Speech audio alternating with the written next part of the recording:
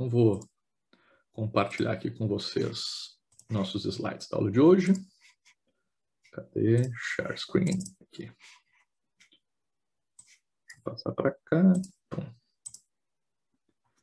Beleza, pessoal. Então, vamos entender de onde vem essa questão aí sobre direita e esquerda, né? Como é que começou esse negócio, essa classificação de direita e esquerda? Imagino que muitos de vocês saibam, né, que, historicamente falando, a origem dessa classificação entre esquerda e direita atribuída, né, à Assembleia, até botei 1789 aqui, mas na verdade 1791, lá depois da primeira Constituição Francesa, onde isso se consolida, mas já vem de antes, passa para depois, depende dos critérios que a gente utilizar aí para fazer essa classificação.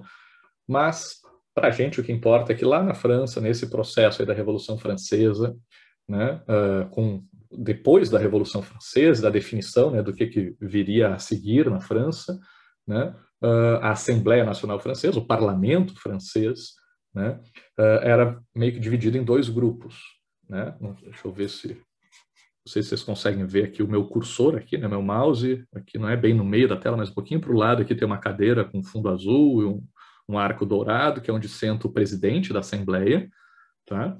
E aí, à esquerda dele, né, para a nossa direita aqui, sentariam os jacobinos, né, que seriam os mais radicais, né, do movimento da Revolução Francesa, né, os burgueses, né, os camponeses, os sans-culottes, né, representados aí como principal nome, né, com o Robespierre, né, mas seriam as camadas mais populares aí da Assembleia Nacional, e a direita do presidente da Assembleia, aqui na nossa imagem, do lado esquerdo da imagem, né, sentariam ali as elites mais tradicionais, clero, nobreza, né, que teriam como característica esses dois grupos, né, que o pessoal à esquerda do presidente, né, defenderia a revolução e, portanto, a transformação da França de monarquia em república, né, e o pessoal à direita seria mais conservador e estaria defendendo a manutenção da monarquia na França.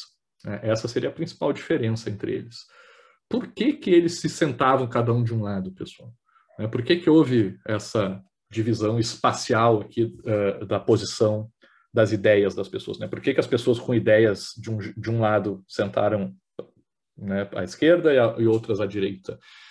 Tem algumas explicações que dizem como os jacobinos, e a direita eram os conhecidos como girondinos, né? Como os jacobinos, né, seriam mais populares, mais pobres, né, diziam que eles eram mais bagunçados, né, traziam mais alvoroço, gritavam, mal educados, né? Óbvio que quem está dizendo isso era o pessoal, né, clero e nobreza francesa, então não sei quanto isso, né, para os padrões atuais seria cabível.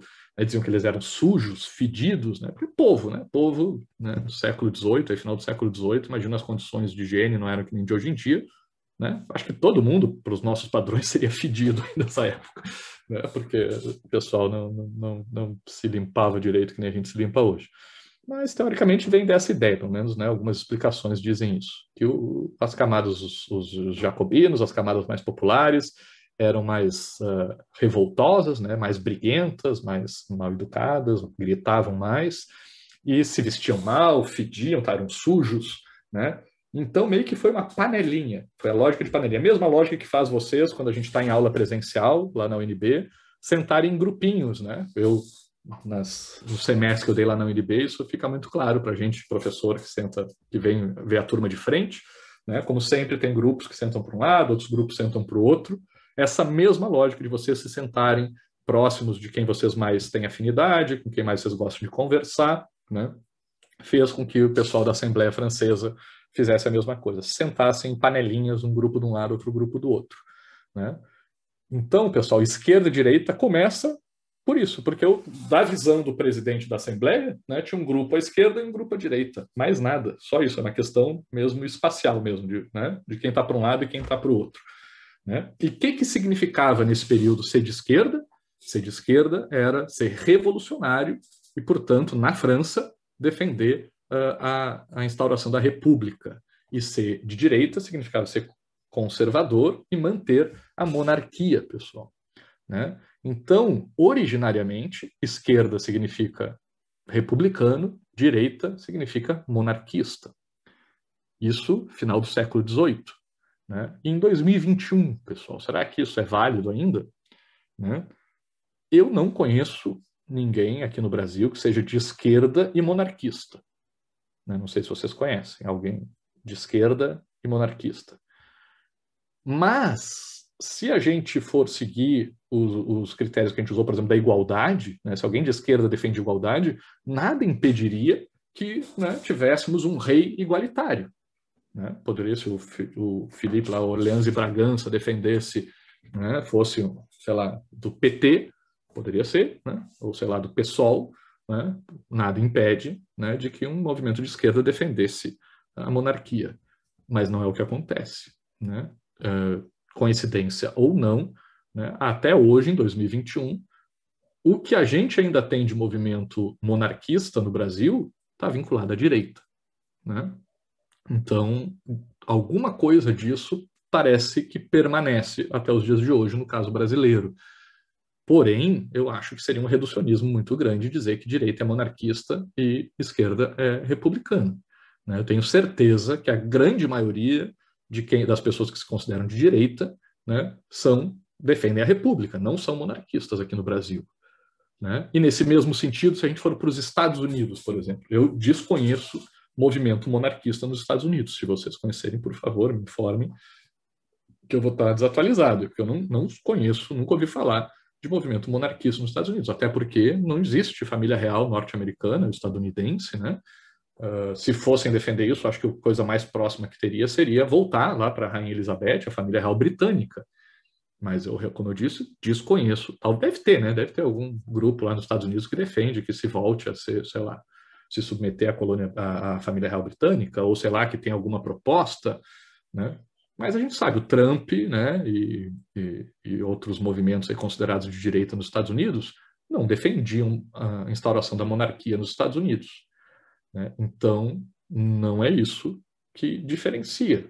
Né? Mesmo no Reino Unido, onde existe ainda a família real, né, não é um critério que sirva. Né? Lá tem os trabalhistas, né, e os conservadores, né, que vão definir melhor lá as duas correntes políticas, mas não quer dizer que necessariamente que alguém de esquerda no Reino Unido seja contra a monarquia ou que alguém de direita necessariamente seja defensor da monarquia. Né? É possível encontrar críticos à monarquia na direita britânica e defensores da monarquia na esquerda britânica. Então, apesar de, né, mas acredito que seja mais fácil encontrar defensores da monarquia na direita, né, e críticos da monarquia na esquerda. Né? Então, apesar de não corresponder mais, né, apesar de ter ainda alguma manutenção, alguma vinculação, né, não virou o oposto, né, a classificação de esquerda e direita lá da França, do período da Revolução Francesa, parece não servir mais para os dias de hoje, tá, pessoal? E aí vocês vamos entender aqui historicamente o que acontece. Revolução Francesa, né, final do século XVIII, né, 1700, entramos lá nos 1800, a Europa toda como um todo, o mundo, né, meio que discutindo qual era a grande discussão no mundo nessa época. Né? A gente estava tendo as revoluções liberais. Né? A gente vai ver na aula que vem lá o Burke na Inglaterra discutindo a Revolução Francesa e analisando, né, o que está acontecendo nos Estados Unidos também, a Revolução Norte-Americana. Né? A grande questão no mundo era esse modelo. Estamos saindo aqui, né, na prática, né, deixando de lado o modelo político das monarquias absolutistas lá da Idade Média e começando a instaurar ou monarquias parlamentaristas, constitucionalistas, né, ou mesmo, né, mais drasticamente mudando para repúblicas. Né? Então, o mundo ocidental, né, Europa e Estados Unidos ali, estavam discutindo, né, e Brasil também depois, né, com a independência, passam a discutir essa questão. E aí, monarquia ou república? Monarquia ou república? Né? A gente vai 100 anos depois, né, fazer a nossa definição aqui no Brasil, em 1889, né, nós vamos abandonar a nossa monarquia e vamos instaurar a nossa república aqui no Brasil. Então, veja que passa aí 100 anos, onde basicamente o assunto no mundo, a grande discussão política é qual é o melhor modelo de governo? Né? É uma monarquia? Ou são monarquias ou são repúblicas? certo? Então, isso é que definia um lado ou outro numa discussão política. Esses eram os dois polos da discussão política no mundo, né? Manter o sistema que vinha desde a Idade Média, da monarquia, né? Ou adotar o novo modelo aí da modernidade, né? Com a instauração de repúblicas. Por isso, durante todo esse período, podemos resumir aqui que, basicamente, ser de esquerda era ser republicano, ser de direita era ser monarquista. Porém, pessoal, depois, né, começo do século XX, né, a gente tem a Primeira Guerra, e especialmente depois da Segunda Guerra, né, com a reorganização aí da geopolítica mundial, né, a gente entra no período chamado de Guerra Fria. Né? Então, a contraposição ali, o balanceamento de forças entre Estados Unidos e o seu modelo capitalista, né, e a União Soviética com o seu modelo comunista, pessoal. Aqui talvez seja o período onde essa divisão entre esquerda e direita tenha sido mais clara, mais objetiva, né? Que fosse mais fácil assim, dizer, eu sou de esquerda, eu sou de direita. Porque não tem, ou eu defendo o capitalismo, né, mundial, todo mundo, livre mercado e propriedade privada e essas questões, né, e pouca intervenção do Estado, mais ou menos, aí a gente vai ver que varia um pouco. Estados Unidos, na minha tese de doutorado, eu estudei política industrial, né? Eu não sei se eu acho que eu comentei para vocês lá naquelas nossas iniciais que tem um alemão chamado Friedrich List que estuda políticas industriais, né? No final do século XVIII, final do século XIX, se eu não me engano, e ele chama o modelo norte-americano de modelo intervencionista, né? E o modelo britânico de modelo liberal, né? Porque os Estados Unidos intervinham muito na economia, né? O governo dos Estados Unidos, de acordo com List, era muito intervencionista, pelo menos comparado ao britânico, certo? Então, se formos falar de relação Estado e economia, acho que é um outro campo, aí a parte onde a gente vai ver, né? Se vocês forem pegar hoje em dia, apesar de até hoje em dia, né, muitas pessoas ainda terem a ideia dos Estados Unidos como um país liberal, onde o Estado não interfere na economia, gente, pelo que eu estudei, isso é uma das afirmações que mais me incomoda quando eu vejo, porque os Estados Unidos interferem muito na economia ainda hoje, sempre interferiu através de agências, né? Tem a NASA, os departamentos de defesa, o Pentágono, né? Grandes inovações aí tecnológicas que existem, que empresas norte-americanas trouxeram para o mercado, foram produzidas, né, o seu desenvolvimento, a sua pesquisa foi bancada pelo governo. Né? Então, o governo norte-americano vai lá, investe no seu departamento de defesa e cria o GPS, por exemplo, foi criado pelo Departamento de Defesa norte-americano. Né? E depois transfere essa tecnologia para empresas privadas que vão explorar isso mundialmente. Então, parece que foi a iniciativa privada norte-americana, muito eficiente, não sei o que lá, que desenvolveu uma inovação, né, que conquistou o mundo, mas na verdade foi o governo, foram os impostos, né, dos norte-americanos que pagaram a parte mais arriscada, a parte mais cara, que é a pesquisa, né, para inovação, pesquisa e desenvolvimento, né, que é o maior risco que tem. Tu nunca sabe se vai sair alguma coisa dali ou se todo o teu dinheiro investido não vai dar em nada. Né? Então acontece muito de essa parte arriscada ser bancada pelo governo e depois que já se tem segurança que o negócio desse deu certo, se transfere para as empresas privadas essa tecnologia para que elas possam explorar. Além disso, né, como também estudei o setor de petróleo, né, os Estados Unidos aqui, historicamente, apesar de nunca ter tido, né, uma empresa estatal de petróleo, terem grandes empresas privadas de petróleo, diferente do Brasil, do México, da Noruega, que foram os países que eu estudei no meu doutorado, que tiveram, né, a Noruega não tem mais, não é mais totalmente pública, mas ainda com uma... O que está acontecendo aqui para mim? Está aparecendo os nomezinhos. Chat, tem alguém falando? Não.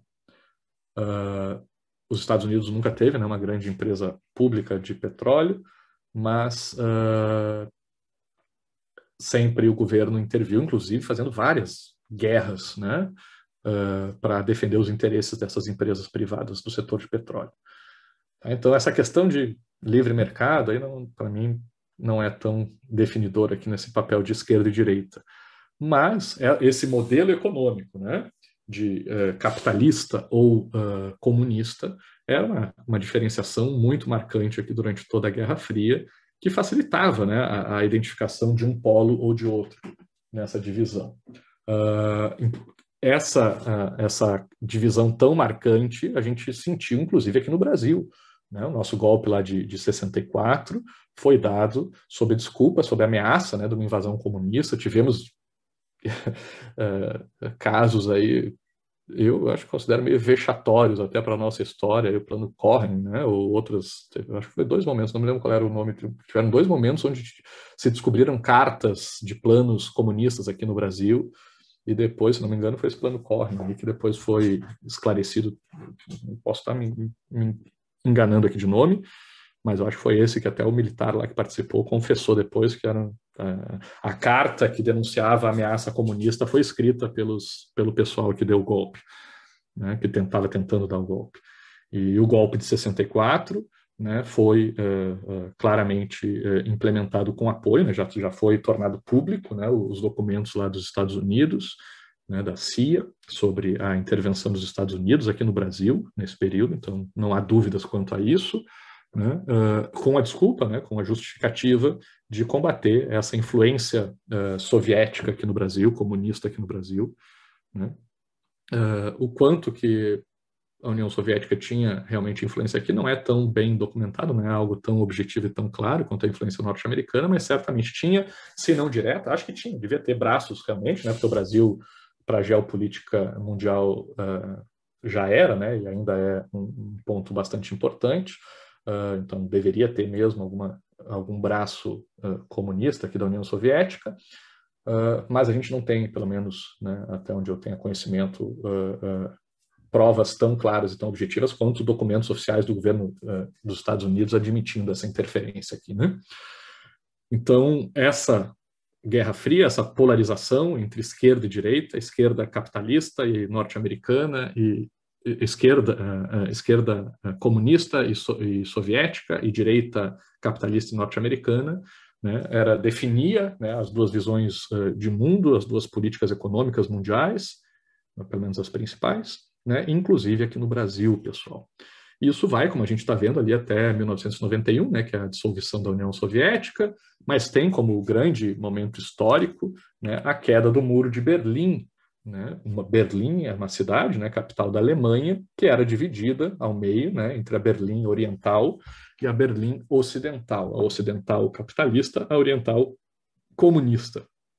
Né? Não sei se você sabe, inclusive, uma curiosidade aqui brasileira, né? O jornalista que cobriu a queda do Muro de Berlim é o nosso querido Pedro Bial, da Globo, ex-apresentador do Big Brother, e agora, não sei se ainda está aquele programa lá, Conversas com Bial. Mas ele, acho que foi o auge da carreira dele de jornalista, foi estar lá em Berlim, cobrindo a queda do Muro de Berlim, né? Que é quando realmente tido como marco assim histórico, né, mais até acho do que a dissolução da União Soviética, né, porque foi uma coisa levando a outra, né, mas a queda do Muro de Berlim simboliza então o fim dessa divisão, dessa polarização, dessa divisão entre esquerda e direita, entre capitalistas e comunistas, né, em Berlim, na Alemanha e no mundo, né, como marco histórico. E o que veio a partir disso, né? Acabou essa briga, a Guerra Fria acaba e deu empate? Não, né, pessoal? O que se entende, se compreende aqui que a vitória dessa queda de braço durante a Guerra Fria teria sido do lado norte-americano, dos capitalistas. Né? Berlim, então, se torna capitalista, ocidental, né? A União Soviética se dissolve, inclusive a União Soviética, né, passa a adotar modelos capitalistas de organização do seu Estado, né, apesar, obviamente, da sua influência histórica do comunismo anterior.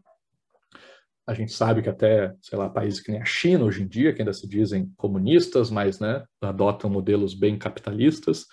Então, basicamente, o que aconteceu? A gente tinha, durante essa Guerra Fria, essa disputa entre esquerda e direita, sendo que esquerda era comunista e direita capitalista, e quem venceu, teoricamente, essa disputa foi o capitalismo, né? Foi a direita, certo? E a gente tem ali no final década de 70, 80, 90, né? O crescimento, consolidação, hegemonia do modelo também conhecido como neoliberal, né? Uma corrente aí entendida também associada à direita, de diminuição do papel do Estado, né, privatizações, controle monetário e financeiro das contas públicas, né? Então, todas essas questões nos levam a entender o quê? Que o resultado da Guerra Fria foi uma vitória da direita e do capitalismo, certo? Mas tem uma questão interessante, pessoal. O que que vem acontecendo? Isso faz, 89, né? Vamos botar 90 aqui, nós estamos em 2021, 22 anos, né? 32 anos, né? 30 anos até hoje. E como é que é o mundo hoje? Eu estou com... Meu slide está desatualizado, ainda está com Trump ali, né? Já teria que estar o Biden, ou poderia botar outros governantes de direita, mas a gente tem o Brexit no Reino Unido, tivemos aí o recém-finalizado governo Trump, né? Temos o Orbán na Hungria, Le Pen, né? Uma parlamentar francesa de bastante destaque, todos políticos de direita, ou até dependendo da classificação aqui, de extrema direita, ou o movimento Brexit, né? Um movimento considerado de direita. E tem uma característica, todos esses movimentos de direita da atualidade. Eles se justificam fundamentalmente como uma reação a uma hegemonia da esquerda, pessoal. Mas peraí, né? Se a gente está falando de ciclos históricos políticos, né, 30 anos atrás a gente tem um marco que parece ser definidor de uma hegemonia da direita, do capitalismo. Acabou o comunismo, né? O que a gente tinha, né, vamos seguir a lógica, que a gente estava lá no final do século XVIII e século XIX, esquerda e direita era república ou monarquia, né?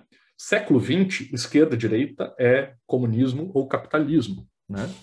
E aparentemente ganhou o capitalismo, né? O que a gente até Cuba agora está se abrindo, né? Acho que é a única coisa o único governo que a gente poderia ainda dizer mais fechado mesmo, mais, né, apegado ainda mais, mantendo assim alguma questão mais comunista, seria a Coreia do Norte, né? Não sei quem que poderia servir de exemplo melhor de comunismo na atualidade, né? Foram se esvaindo. Eu tive, inclusive, meu pai morou por 2 anos na Albânia, ainda comunista, 89, 90. Né? Tive um irmão, um dos meus irmãos nasceu na Albânia, albanês. Eu fui para lá, para a Albânia comunista, passei algumas semanas lá, né? Conheci um pouco, era muito novo, tinha 9 anos de idade na época. Né? Mas conheci, pô, tinha a Albânia, né? Tinha ali vários países do leste europeu, né? China, Cuba, né? Então tinham muitos países ainda representantes ali para os anos 90. Isso, eu vou falar disso né?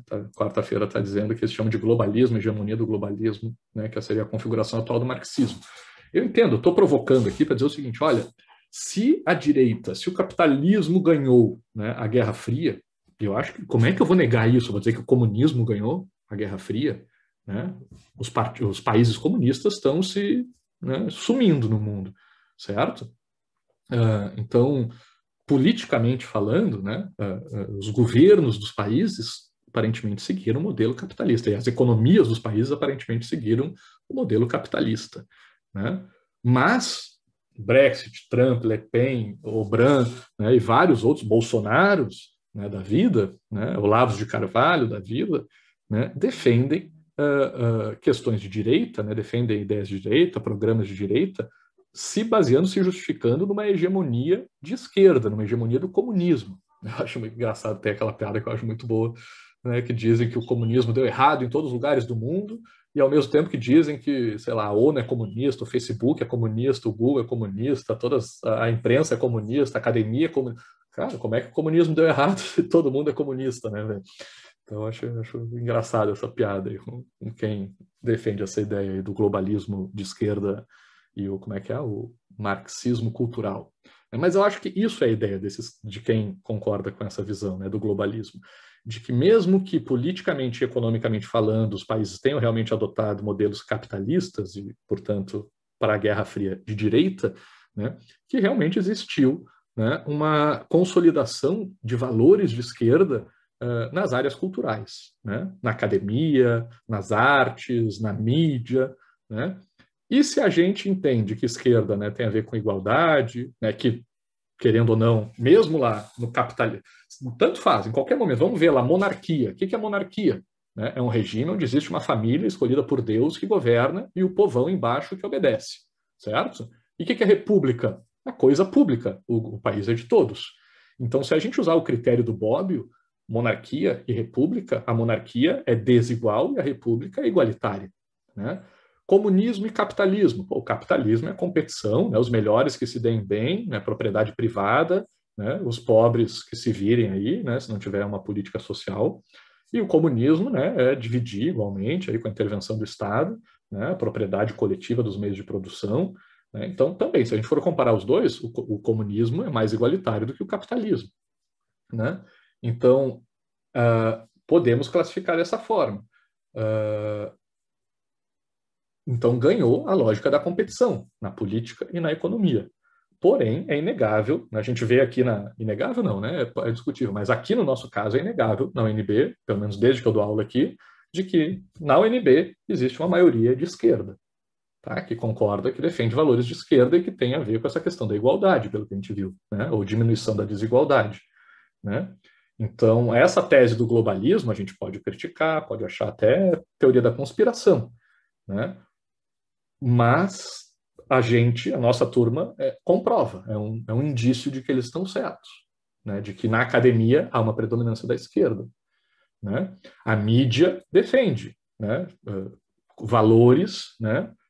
De igualdade, de humanismo, que essa turma considera de esquerda, né?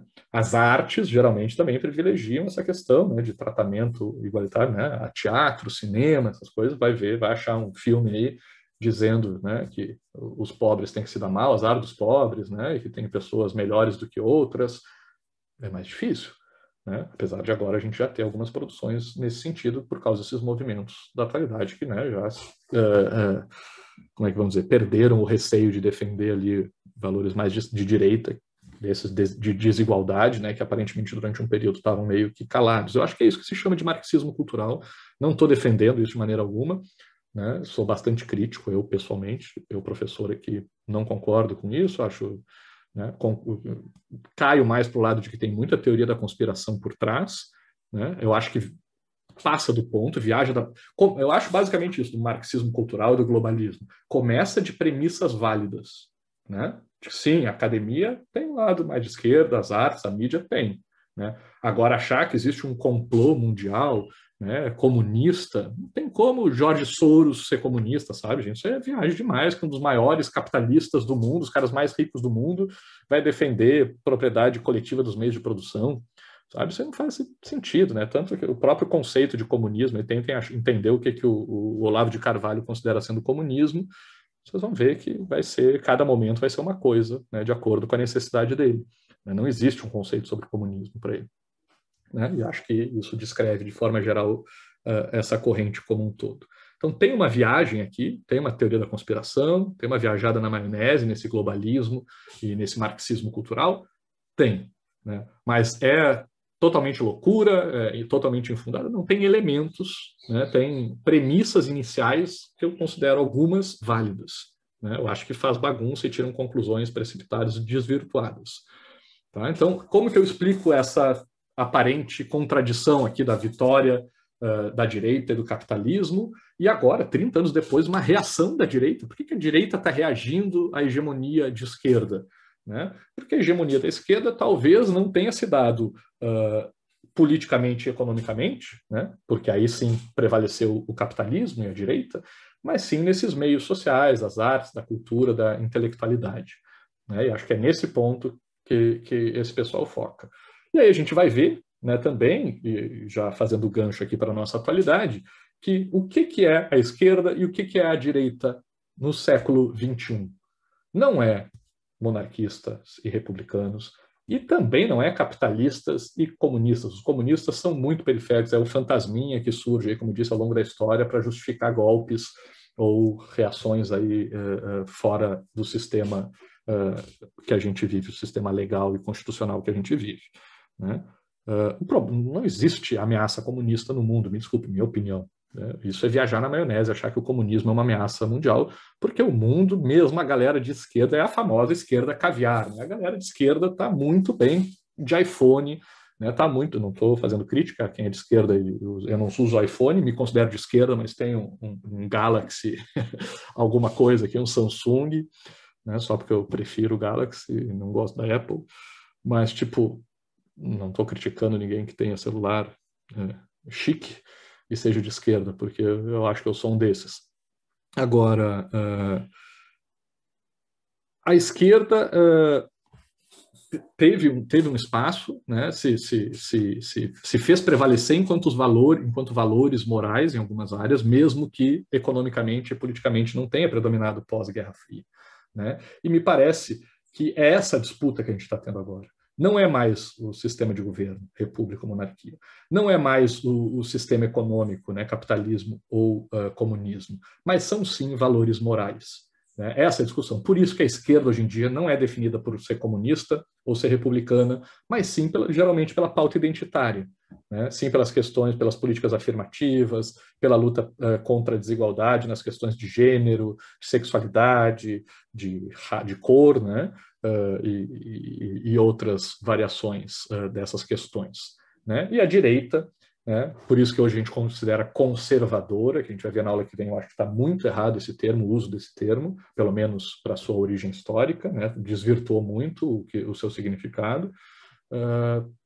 Mas é essa não aceitação de um progressismo nessas pautas morais. Né? Então, já discutimos sistemas de governo, sistema econômico, e agora estamos em questões identitárias. Eu acho que é por aí que a gente está na atualidade nessa discussão entre direita e esquerda. Migrantes, né, migração muito importante aqui, o Brexit, o Trump, né, a Le Pen, né, todos, né, muito fortemente atuando aí na questão migratória, até o nosso Bolsonaro aqui, né, com os venezuelanos e com outros migrantes latinos que frequentemente vêm para o Brasil.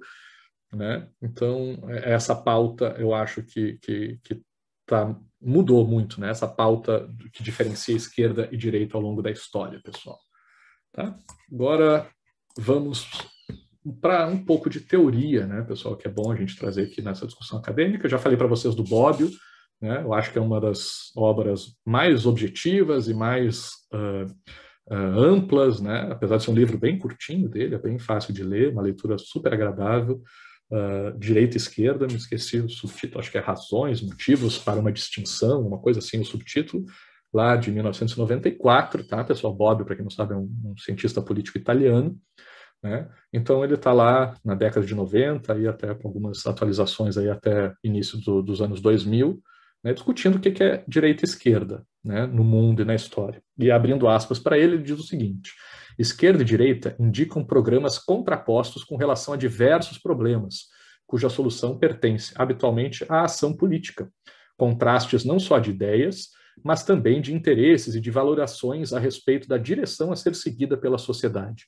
Contrastes que existem em toda a sociedade e que não vejo como possam simplesmente desaparecer. Pode-se naturalmente replicar que os contrastes existem, mas não são mais do tempo em que nasceu a distinção. Então, acho que basicamente o Bob aqui está dizendo esse resumo que a gente viu até agora. Né? Esquerda e direita mostram duas visões diferentes de mundo, da realidade, de caminhos a serem seguidos. Né? E essa divisão existe, né? São meio que excludentes, contrapostas, né? São contrastantes, existem em toda a sociedade, em todo o tempo, provavelmente nunca vão desaparecer, mas elas significam coisas diferentes. Né? Não é mais aquela mesma coisa lá da Assembleia Nacional Francesa, da Revolução Francesa, né? E também não é mais aquela distinção da Guerra Fria. Né? Então, é uma distinção que existe em toda a sociedade, mas que o seu conteúdo vai se alterando conforme o tempo e talvez até conforme o país, né? Mesmo no mesmo período, em diferentes países, pode significar diferentes coisas. Né? Indo mais para frente, aqui, entendendo o que o Bob vai falar, que eu já adiantei, já venho falando dessas distinções para vocês há algumas aulas, né? Bob vai dizer que o principal critério para distinguir esquerda e direita é a diferente forma que cada um entende a ideia de igualdade.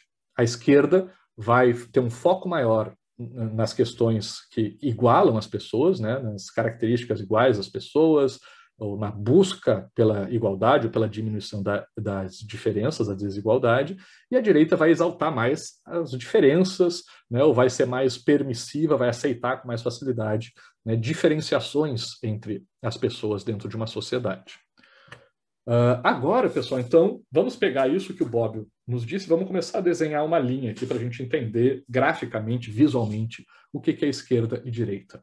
Então, o Bobbio está dizendo que temos a esquerda, ali em vermelho, né, o pessoal igualitarista. Né? Lembrando que eu falei já nas aulas passadas para vocês que igualitarista não é tratar todo mundo igual com relação a tudo para qualquer coisa. Tá? É buscar mais, é uma tendência a buscar mais a igualdade ou a diminuição das desigualdades. E à direita a gente vai ter pessoas que aceitam mais as desigualdades, né? Que acham que as pessoas são diferentes mesmo, nascem diferentes e que tentar igualar elas pode ser mais prejudicial, como a gente viu Nietzsche defendendo. Né? Então, o Bobbio chama aqui de desigualitaristas. Tá? Porém, o Bobbio vai acrescentar um outro critério nessa análise, que foi o nosso critério lá do tema 3, a liberdade. Né? Ele vai dizer que, com base na ideia da liberdade, a gente pode dividir cada um desses grupos, tanto a esquerda quanto a direita, em dois subgrupos, né? A ala moderada e a ala extremista. Né? Nos dois grupos, tanto na esquerda quanto na direita, a ala moderada, né, que ele vai chamar de libertários, que não tem nada a ver com os libertários, né, do Estado mínimo aqui da política econômica. Tá? É uma questão mais de política de relações, como é que eu vou dizer? Relações políticas não econômicas. Né? É uma questão mais eu acho que a tradução melhor, ele até faz uma nota de rodapé explicando isso, que ele fala de liberdade, mas que na primeira edição ele teria colocado democracia, ele recebeu uma crítica e depois mudou para liberdade. Mas tem a forma com que as pessoas entendem o valor da democracia. Tá? Isso que ele chama de libertário é a pessoa que entende, valoriza o método democrático. Né? O diálogo, né? A interação, a troca de ideias, né? A contraposição de valores, né? Que entende que é válido eu conversar com quem pensa diferente de mim. Isso seria um libertário nesse ponto aqui, um defensor da liberdade, portanto, um moderado, seja de esquerda, seja de direita. Já os extremistas, que o Bobbio vai chamar de autoritários, né, não valorizam o método democrático, né, acham que não é no debate, no diálogo, né, que a gente vai resolver as coisas, porque esses autoritários, esses extremistas entendem que existe uma verdade, né, e a verdade é o seu próprio valor, né, seja de esquerda ou seja de direita. E aí tentam impor para o outro lado, né, esse seu valor, o valor no qual cada grupo acredita. Então, qual é a diferença aqui entre moderado e extremista para o Bobbio? É como que a gente vê, como que a gente se põe no debate político. Né? Quando a gente senta para conversar com alguém que pensa diferente da gente, pessoal, né? Como que a gente faz esse debate? A gente senta para conversar com alguém que pensa diferente, disposto, né, a ser ouvido, obviamente, todo mundo sempre quer ser ouvido, mas também disposto a ouvir, entendendo que isso vai ser um processo meio, né, dialético, assim, onde um vai contribuir para o outro, onde eu vou ensinar, mas eu também vou aprender nesse processo. Né? Então, portanto, eu vou ter que ceder, eu vou ter que abrir mão de coisas para construir alguma coisa conjunta com a outra pessoa, ou não, eu entro nesse diálogo, nessa arena política, achando que eu tenho a verdade comigo, ou a razão, a verdade, e aí pode ser a verdade científica, né? Porque a ciência diz isso, não interessa, mas se eu acho que a ciência diz uma coisa e que essa é uma verdade absoluta e deve ser imposta ao outro, eu estou sendo autoritário, né? Mesmo que eu tenha a ciência atrás de mim. Né? Então, essa é uma subdivisão que o Bobbio vai trazer aqui entre extremistas e moderados. E aí a gente aplica essa subdivisão naquela nossa divisão inicial, né? Que a gente tinha esquerda e direita, igualitários e desigualitários ou inigualitários. Né? Agora a gente vai ter extrema esquerda, centro-direita e extrema-direita. A extrema-direita e a centro-direita, ambos vão ser igualitários, porque são de esquerda. Né? Porém, a extrema esquerda vai ser igualitário e autoritário, e a centro-esquerda vai ser igualitária e libertária, democrática, né? Porque vai estar aberta ao diálogo. A centro-direita vai ser inigualitário, porém libertária ou democrática, e a extrema-direita vai ser inigualitária e autoritária, pessoal. Tá? Então, basicamente, quem está de azulzinho ali, quem está na direita, vai dizer, olha, tudo bem existirem diferenças dentro da sociedade, desigualdades dentro da sociedade, a gente pode aceitar, né, um maior grau de desigualdade dentro da sociedade, porque sempre vai ter algum grau de diferença. Né? O pessoal de vermelhinho, da esquerda, vai dizer, olha, não está tudo bem ter tanta desigualdade na sociedade, a gente tem que lutar contra essas desigualdades e tentar diminuir elas, certo? Como que a gente faz isso? Centro-esquerda e centro-direita vão dizer, olha, é na conversa, é sentando, entendendo o outro lado, construindo soluções conjuntas, debatendo, dialogando, cedendo, entendendo o outro lado, valorizando quem está do outro lado, né? É assim que a gente vai construir soluções melhores para a sociedade. E os extremos, pessoal, a extrema esquerda e a extrema direita vão impor a sua verdade. A extrema esquerda vai dizer, olha, não, a sociedade tem que ser mais igualitária e eu não aceito conversar com quem acha que desigualdades são aceitáveis. Né? E a extrema direita vai dizer, não, as pessoas são diferentes e é um absurdo ficar querendo igualar as pessoas, né? E eu não aceito conversar com quem pensa assim. Então, a gente tem alguns exemplos aqui. Né? Todos esses exemplos aqui são do Bobbio, tá? Centro-esquerda ele coloca como social-democratas e centro-direita como conservadores democráticos, né? Galera aí que dispôs que a gente aqui meio que chama de centro, né, no Brasil, né, de pessoal aí que, dependendo de quem estiver analisando, vai dizer que é de esquerda ou de direita, tá? Agora, nos extremos, né, o Bobbio traz os jacobinos lá da Revolução Francesa, os bolcheviques da Revolução Russa, né? Por quê? Porque eles queriam a igualdade na marra, na porrada, e não aceitavam discutir com ninguém, matavam os outros, cortavam a cabeça dos outros, né, para impor a sua igualdade.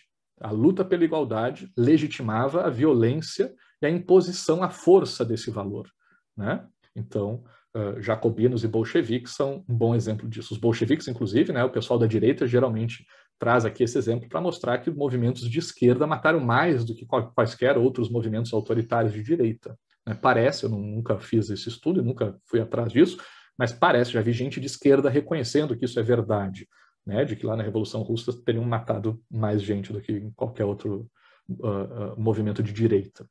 Por outro lado, temos aqui, né, seguindo os critérios do Bobbio, uma solução para aquele debate, aquela polêmica que a gente teve há algum tempo atrás, que estavam dizendo, né, até entraram no site lá da Embaixada Alemã, né, para criticar um post deles que diziam que o nazismo era de esquerda e de direita, e os caras dizendo que não, que era de esquerda, porque tinha o social lá do Hitler no nome, né, então estava provado que era de esquerda. Né, então o Bolsonaro, como vocês disseram, também seria de esquerda, ou pelo menos o PSL atualmente. Né. Mas por que fascistas e nazistas são extrema-direita, seguindo os critérios do Bobbio, sem dúvida nenhuma? Porque fascistas e nazistas entendem que existe um tipo de cidadão que é melhor do que o outro. Né? Os alemães lá achavam que os arianos eram melhores do que os judeus e que os judeus tão melhores que os judeus tinham que ser exterminados do mundo, né? Que justificava o seu extermínio. Né? Então, existe um tipo de cidadão bom e um tipo de cidadão ruim, né? O que hoje a gente está chamando de cidadão de bem. Né? Segue essa lógica. Por isso, quem é que fala de cidadão de bem na sociedade? Geralmente é o pessoal de direita. Por quê? Porque é a diferença, entendeu? O foco na diferença. Existe uma categoria de cidadão e outra categoria de cidadão. Né? Fascistas e nazistas também categorizavam em diferentes grupos, em grupos, né, de cidadãos bons e cidadãos ruins, né? Desejados ou indesejados. Né? E como que fazia isso? Era através do diálogo, que ia tentar resolver essas diferenças? Não, através da força, através do autoritarismo, através da imposição das suas ideias sobre as dos demais. Tá? Então, temos aqui, de acordo com Bobbio, a classificação inequívoca do fascismo e do nazismo como um movimento de extrema direita, pessoal. E se a gente pega, vejam aqui, ó, jacobinos, bolcheviques, nazistas e fascistas, né, estão nos extremos, estão bem distantes aqui nessa nossa linha, nessa nossa divisão linear, porém eles compartilham elementos em comum. Ambos aceitam a violência, o autoritarismo, a imposição, ambos não estão abertos ao diálogo, né, e à composição, ao debate e à democracia. Né? Então, pessoal, imaginem que a gente pega essa linha e a gente entorte ela, assim, que a gente, né, transforme ela num círculo e junte as duas pontas ali. A gente cria um quadrante, pessoal, que a gente usou lá numa das nossas primeiras aulas, né, de uma gambiarra que eu fiz lá no Mentimeter para tentar simular isso, mas tem na internet alguns sites aí que fazem testes e colocam vocês nesses quadrantes. Né?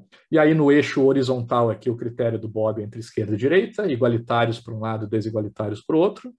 Quem está à esquerda é da esquerda, quem está à direita é à direita, e um eixo vertical, né, onde os democráticos estão acima, né, os liberais estão acima, portanto, quem é de centro fica acima, e os autoritários, ou os de extrema, estão abaixo, tá, pessoal? E aí a gente consegue visualmente entender por que um extrema esquerda e extrema direita, às vezes, não parecem tão diferentes, né? Porque, de certa forma, elas compartilham não compartilham valores, eles têm valores opostos, porém compartilham métodos, né, de solução de problema, de interação política.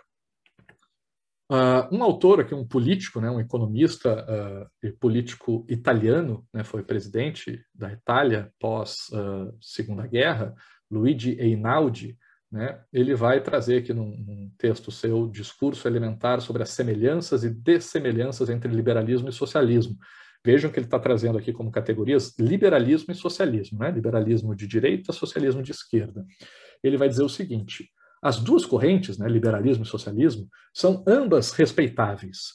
E os dois homens, né, as duas correntes, embora se hostilizando, não são inimigos, pois ambos respeitam a opinião alheia e sabem que existe um limite para a aplicação do próprio princípio.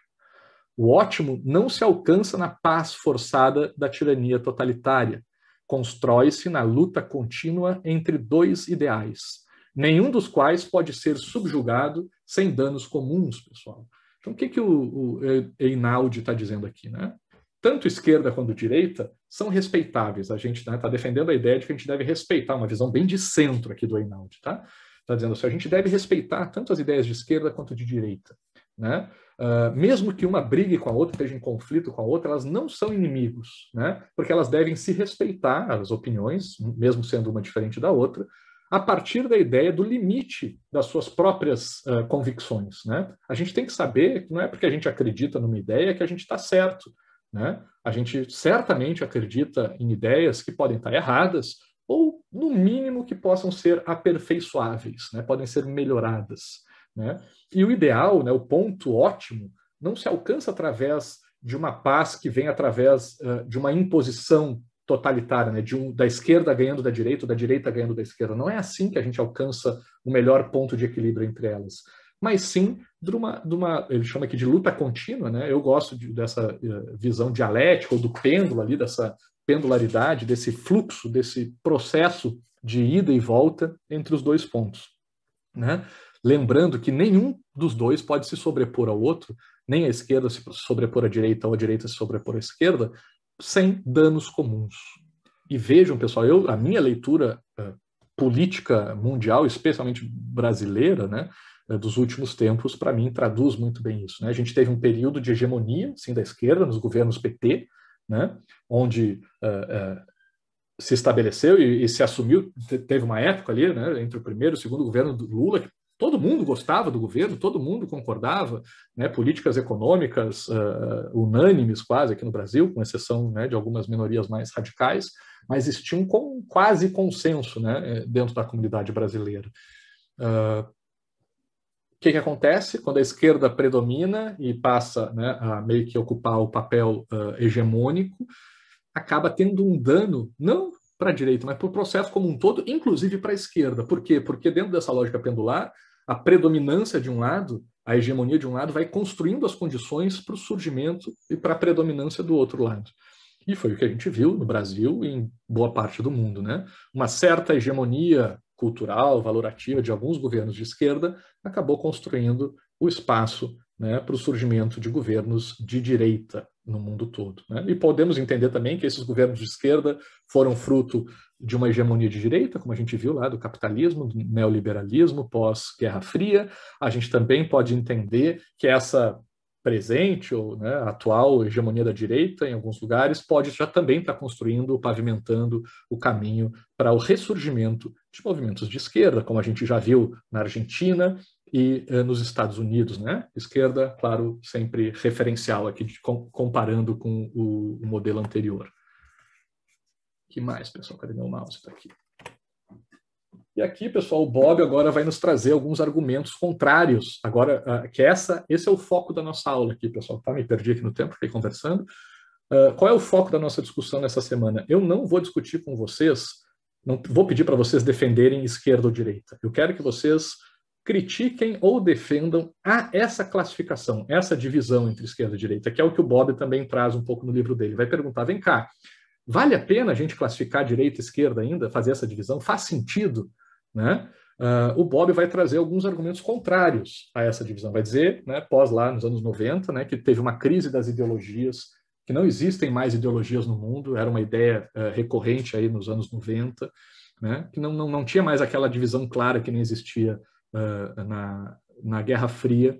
Né? Vai dizer que em sociedades complexas, né, dividir só em duas correntes é uma redução muito grande, é insuficiente, né? Um pouco a ver com a discussão que a gente tem hoje em dia sobre sexualidade, né? A questão binária dizer que é só feminino ou masculino, né? A gente está se abrindo aqui para outras, como é que eu vou dizer?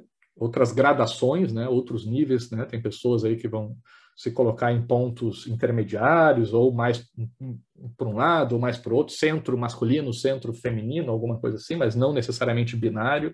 Né? Então, essa complexidade que a gente tem aceitado e entendido com relação à sexualidade, né, o Bob está defendendo aqui com relação à política. Né? Não necessariamente seja uma divisão binária somente entre esquerda e direita, tem muitas variações disso.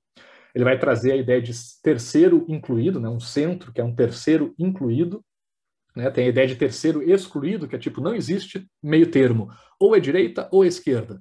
Né? O Bob vai dizer, não existe centro. Nós tivemos aqui um colega ou uma colega que se disse de centro. Né? Existem pessoas que se entendem como centro. Né? Então a gente tem que respeitar que essa divisão não é só de dois polos, existe um terceiro elemento. É claro que a gente sabe que esse terceiro elemento geralmente é visto, né, como oposto por um dos lados. Né? Quem é de direita e olha para alguém de centro vai dizer, olha, esse cara é de esquerda. E quem é de esquerda e olha para alguém de centro vai dizer, olha, esse cara é de direita. Né? Porque é uma questão referencial aqui. Né? Isso é uma questão muito importante para a gente entender essa divisão entre direita e esquerda, é que ela basicamente é uma questão referencial. A gente está vendo aqui ao longo da história, né, que o que define a posição das pessoas é o ponto com relação, não é uma coisa estática, né? Um critério, se eu sou assim, eu sou preto ou eu sou branco. Né? E isso é um valor objetivo que em qualquer momento eu consigo aplicar. Depende da situação, do contexto onde eu estou. É que nem, por exemplo, norte ou sul. Né? Brasília fica no norte ou fica no sul, pessoal? Né? Primeiro tem que saber norte ou no sul do quê? É do planeta Terra? É do Brasil? Né? É da América Latina? É do que é? É do centro-oeste? Né? Para quem vem do Amazonas, do Piauí, do Rio Grande do Norte, de Pernambuco, Tocantins, não sei o que lá, vai dizer que o Distrito Federal fica para o sul. Para quem vier do Mato Grosso do Sul, do São Paulo, Paraná, Santa Catarina, Rio Grande do Sul, né, vai dizer que fica para o norte. Tá, pessoal? Então, a posição geográfica entre norte e sul depende da referência que se usa. A posição entre esquerda e direita também pode ser definida dessa forma. A gente pode ter uma pessoa de esquerda, sei lá, vamos dizer que o Lula é de esquerda, talvez por Boulos o Lula seja muito de direita, né? Ou seja, de direita, sei lá, o Rodrigo Maia pode ser um exemplo de direita, né? Mas para o Bolsonaro o Rodrigo Maia pode ser de esquerda. Né? Então essa é uma posição referencial aqui, uma classificação referencial, depende da referência que a gente utiliza. Né? Ainda argumentos que o Bob vai dizer que dizem que essa divisão entre direita e esquerda não fazem mais sentido, é que existe também a ideia do terceiro inclusivo, que seria o produto desse diálogo, dessa relação democrática entre a centro-esquerda e a centro-direita. Né? Seria a síntese, né, dessa relação entre esquerda e direita. É possível que se alcance um produto, uma síntese, né, que inclua as visões de esquerda e de direita, e aí não precise mais dessa classificação entre esquerda e direita. O Bob também traz movimentos transversais, como os movimentos ambientalistas, que na época dele eram vistos como algo acima da direita e da esquerda. Hoje em dia, acho que já caiu mais para a esquerda, porque alguns movimentos de direita negam aquecimento global, né, ou problemas relacionados ao meio ambiente. Mas eu trabalho, por exemplo, com um projeto de digitalização de governo. Eu vejo que isso é uma pauta que tanto esquerda quanto direita apoiam, né? Usar aplicativos, internet, né, para melhorar a eficiência do governo, por exemplo, não é uma pauta nem de esquerda nem de direita, é um movimento transversal. Então não faz sentido discutir esquerda e direita nesses assuntos. Além disso, ele também vai dizer que existem muitas esquerdas e muitas direitas, né? Existe uma variedade dentro de cada grupo. Né? E, por último, que lá nos anos 90, início dos anos 2000, não tinha muita diferença entre os programas de governo da esquerda e da direita. Né? Se a gente for pegar aqui no caso brasileiro, a gente sai do que para nós era um governo de direita, o governo FHC, entra num governo de esquerda, que muita gente achava que ia ter uma revolução comunista, e a política econômica do Lula, no primeiro governo, é basicamente a mesma do governo Fernando Henrique, né? Para agradar o mercado, para manter estabilidade econômica, né? visto por muitos como um acerto, né, por outros, que acabou gerando o surgimento de uma corrente dissidente do PT, que se separou, saiu do PT e formou o PSOL, né, que hoje seria uma esquerda mais raiz, né, mais radical do que o PT, pelo menos. Né? Mas lá no início dos anos 90, anos 2000, pelo mundo existia uma hegemonia nesses programas de governo que não fazia muita diferença ser de esquerda ou ser de direita. Tinha acabado a Guerra Fria e parecia tudo meio que a mesma coisa. Então, todos esses são argumentos que o Bob usa para dizer que não precisa mais da distinção entre esquerda e direita. Por outro lado, ele vai dizer o seguinte, cara, e esse para mim é o mais genial de todos os argumentos, que é, a gente pode dizer isso, toda essa lista de argumentos contrários, mas a gente continua usando a divisão de esquerda e direita. A gente está em 2021, eu garanto para vocês que em 2022, na campanha de 2022, vai ter muito candidato, se não todos os candidatos, usando esses termos. Ele é de direita, ele é de esquerda, e quando um candidato falar isso, a gente vai, né, bem ou mal, entender o que a pessoa está dizendo. Funciona essa classificação até hoje, desde lá da Revolução Francesa até hoje, a gente consegue se entender usando esses termos.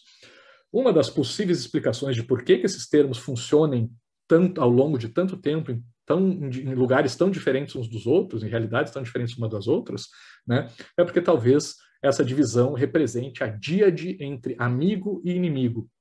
Que não interessa o assunto que a gente estiver falando, né, a gente tem uma ideia, a gente pensa, tem um posicionamento sobre alguma coisa. E existe o contraponto, né, a contra-ideia, a ideia diferente da nossa. Né? Existe eu e os meus amigos e existem os meus inimigos.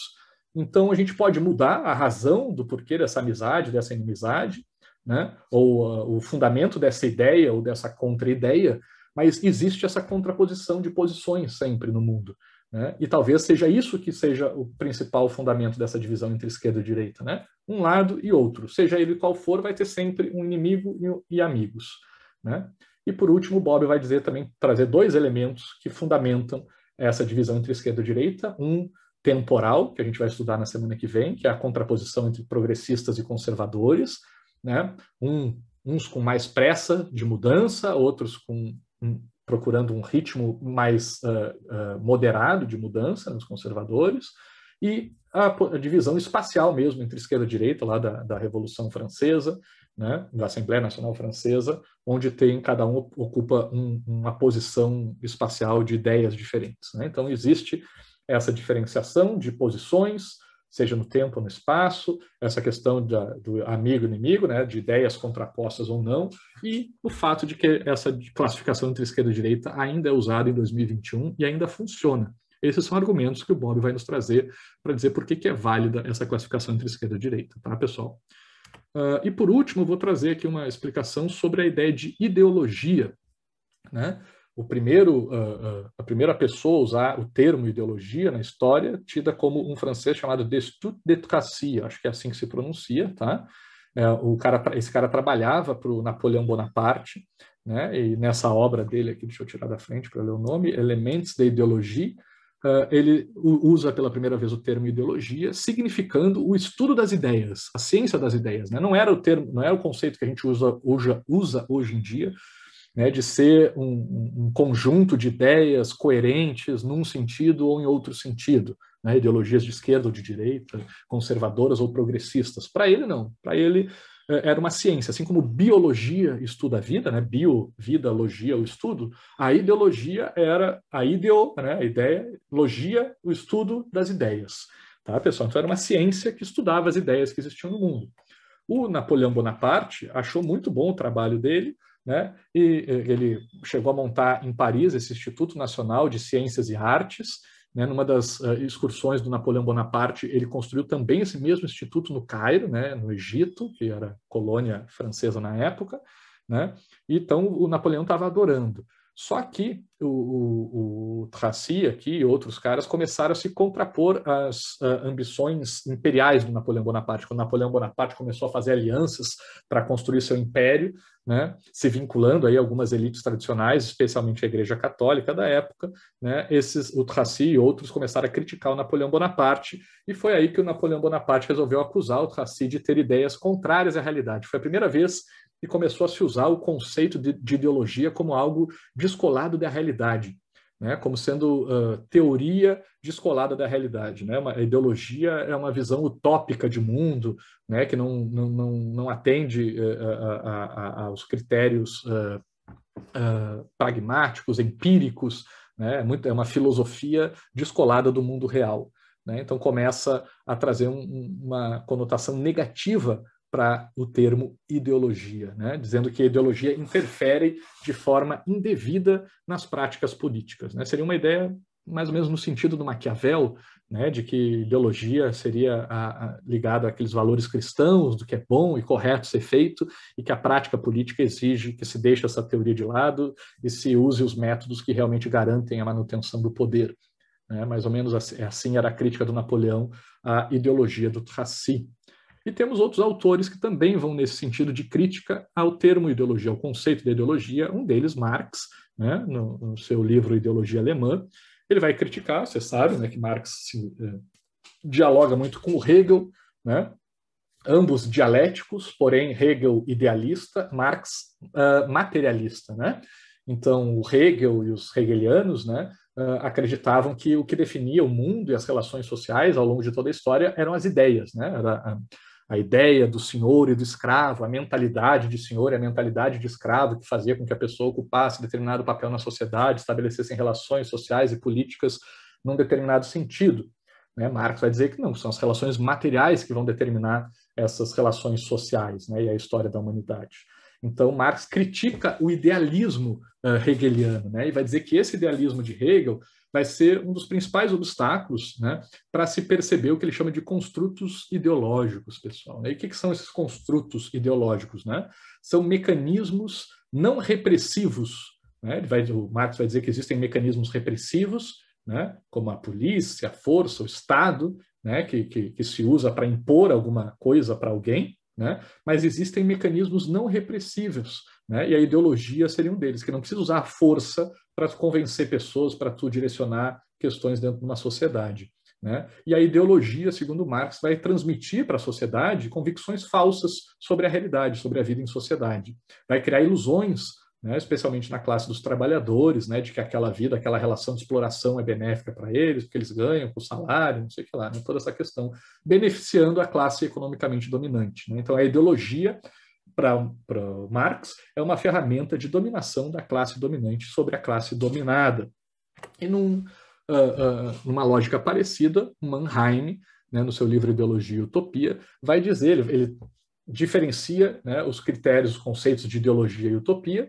Para ele, ideologia são os valores da classe dominante e utopia são os valores da classe que quer atingir, né, que não está no poder, que tenta se tornar dominante, que quer transformar a sociedade em que se vive. Que existe um eterno conflito entre ideologia e utopia em todas as sociedades. Tá? E o Mannheim diz o seguinte: independentemente de se seguir a ideologia ou a utopia, qual o ponto de vista que a pessoa estiver usando, qualquer um desses pontos de vista é parcial, mostra só um lado de toda a complexidade da realidade. Então, quando uma pessoa se alinha à ideologia da classe dominante, à utopia da classe transformadora, que quer mudar a realidade, né, a sua visão passa a ser parcial, não percebe o todo, né, um pouco lá do que falava o Eunide, né, o italiano, o presidente italiano, né, de que ao se adotar um desses lados, uma visão ideológica, né, a predominar a esquerda ou a direita, acaba tendo um prejuízo comum para todos os lados. Né? Então, adotar o lado ideológico ou utópico, de acordo com Mannheim, vai limitar a nossa capacidade de compreensão sobre o mundo, pessoal. Então, né, a gente sabe que, né, esquerda e direita são concepções ideológicas, são, né, ideologias políticas, né, filosofias políticas. Então, aqui algumas análises, alguns pontos que criticam o conceito, a ideia de ideologia, seja ela de esquerda ou de direita, pessoal. Só para relembrar, a proposta, então, dessa nossa semana, desse nosso tema, é que vocês avaliem e defendam os dois lados. Defendam, por um lado, qual a importância, para que serve, o que nos ajuda, o que tem de positivo a gente fazer essa diferenciação entre pessoas, ideias, governos, partidos, né, de esquerda e de direita. Para que serve isso? O que isso nos ajuda? Né? E o que isso nos atrapalha? Qual é o prejuízo? Qual é o malefício que nos traz? O que a gente perde ao fazer essa classificação ideológica aí entre essas duas correntes, pessoal?